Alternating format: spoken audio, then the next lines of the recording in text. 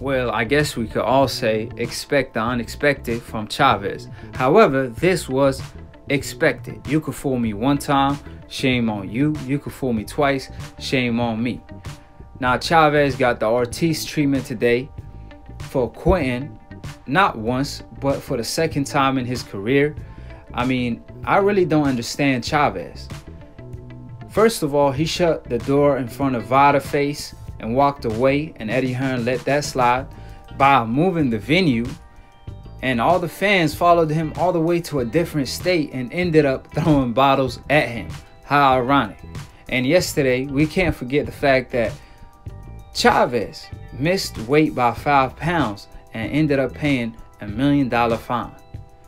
And with all them advantages going into the ring as a cruiserweight, the fact that he did not get tested by Vada, so ain't no telling what supplements he was on, and still he chooses to quit in the ring. So let's get straight to it. How y'all doing, ladies and gentlemen? Peace and blessings upon all my Akhis and all my sisters out there. Welcome to Akhi TV.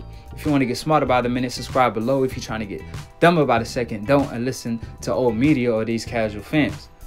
Now, if you want to be part of the family, if you want to be an Akhi, Migo, / whatever you want to call it in Filipino, then click on the notification bell to get notified every time we post or go live on Split Decision. Now, Chavez, when the fight first started, obviously he was doing well. He actually, to my surprise, won the first round. He was a big super middleweight. I mean, he hopped in the ring as a cruiserweight against Jacob. So he obviously tried to use his size as much as he could have. However, Jacob was boxing well from round 2 up. I feel like Jacob was trying to fill out Chavez a little bit since he was a cruiserweight.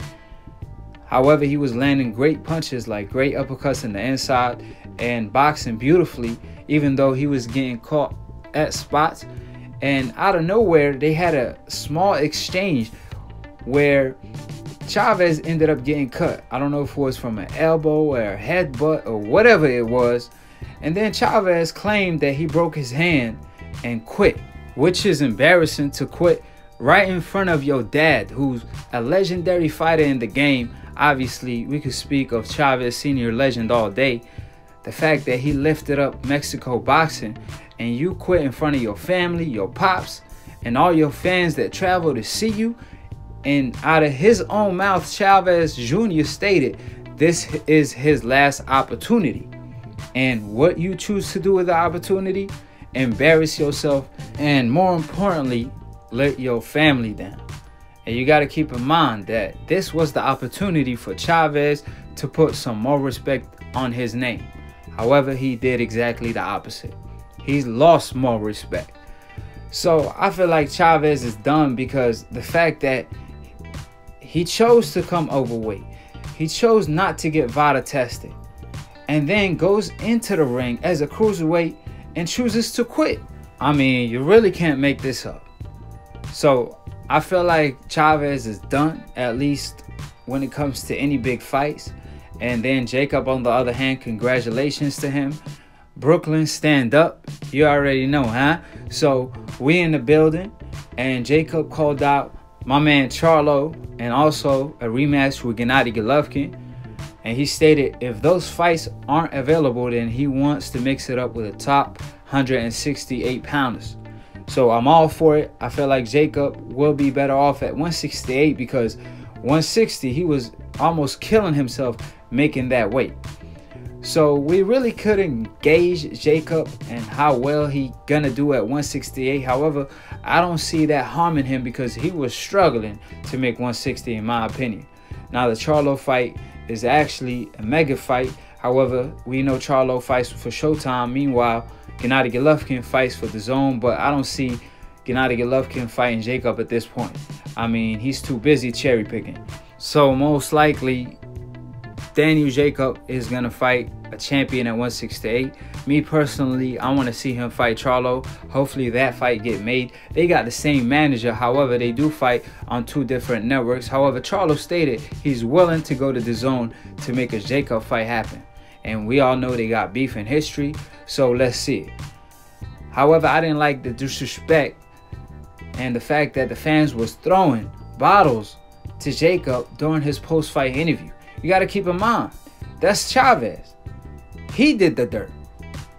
He pulled off an Ortiz move.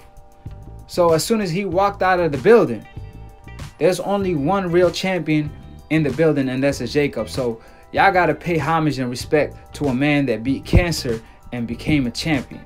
So that was disappointment to see. However, we all know that's going to go viral. In the meantime, Chavez, man, just hang him up.